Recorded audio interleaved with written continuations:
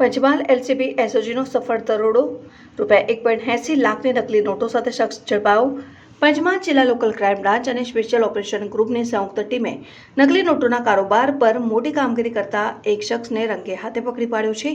તાજપુરી વંતેલી road ઉપર ભાતીજી મહારાજના મંદિર નજીકથી રઘુવીરસિંહ અભયસિંહ ગોળ નામના શખ્સને રૂપિયા 500ની 361 નકલી નોટો સાથે ઝડપવામાં આવ્યો છે, જેની કિંમત અંદાજે રૂપિયા 1.80 લાખ જેટલી થાય છે। પોલીસે આરોપી પાસેથી પલ્સર મોટરસાયકલ અને એક મોબાઈલ ફોન પણ જપ્ત કર્યો છે। વધુમાં તેની પાસે વિવિધ બેંકોની ચેકબુક, પાસબુક, રબર સ્ટેમ્પ અને અન્ય દસ્તાવેજો પણ મળ્યા છે, જે આર્થિક ફ્રોડ સાથે જોડાયેલા હોવાની શક્યતા વ્યક્ત કરી છે। આ સમગ્ર ઓપરેશન પંચમહાલ ગોધરા રેન્જના આઈજીપી આરવી અંસારી તથા જિલ્લા પોલીસ વડા હિમાંશુ સોલંકીના માર્ગદર્શન હેઠળ સફળતાપૂર્વક અમલમાં મુકાયું હતું। આ બનાવ સંદર્ભે મોરવા પોલીસ સ્ટેશનમાં ભારતીય ન્યાય સંહિતા 2023ની કલમ 178, 189, 180 તથા 61(2) મુજબ ગુનો નોંધાયો છે। હાલ પોલીસે આરોપી સામે વધુ તપાસ શરૂ કરી છે અને નકલી નોટોના નેટવર્ક અંગે માહિતી એકત્ર કરી રહી છે।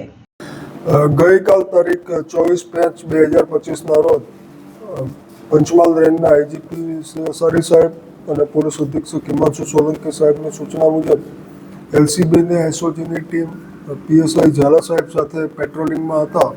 દરમિયાન મોરવા હડફ વિસ્તારમાં તેઓને એક હકીકત મળેલ કે કિસમ પાસે બનાવટી ભારતીય ચલણની નોટો છે, જે આધારે તેઓએ બાતમી હકીકત અન્વયે પંચો સાથે કાર્યવાહી કરી અને વોચ કરતા દરમિયાનમાં બાતમી હકીકતવાળો ઈસમ આવતા જે ઈસમને ઊભો રાખી પકડેલ અને તેની પ્રાથમિક પૂછપરછ કરતા તેનું નામ રઘુવીરસિંહ ગોળ રહેવાસી મોરવાનો જણાતા તેની ઝડપી કરતાં તેની પાસેથી ભારતીય બનાવટી ચલણની કુલ 361 નોટો મળેલ છે, જે 1,80,500 રૂપિયાની થાય છે। જે બાબતે પ્રાથમિક જે નિષ્ણાતોના અભિપ્રાય લેવાના હોય છે, તે અભિપ્રાય મેળવ્યા બાદ સદર ઈસમ વિરુદ્ધમાં મોરવા હડપ પોલીસ સ્ટેશન ખાતે બનાવટી ભારતીય ચલણની નોટો સાથે મળી આવેલ હોય જે અંગેનો ગુનો દાખલ કરાવેલ છે।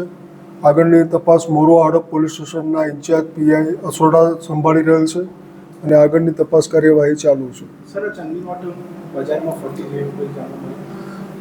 સદર ઈસમની અત્યારે પ્રાથમિક પૂછપરછમાં કેટલીક નોટો એણે વાપરેલ હોવાનું જણાવેલ છે, પણ તપાસમાં આગળની હકીકત ખુલે તેવી શક્યતા છે।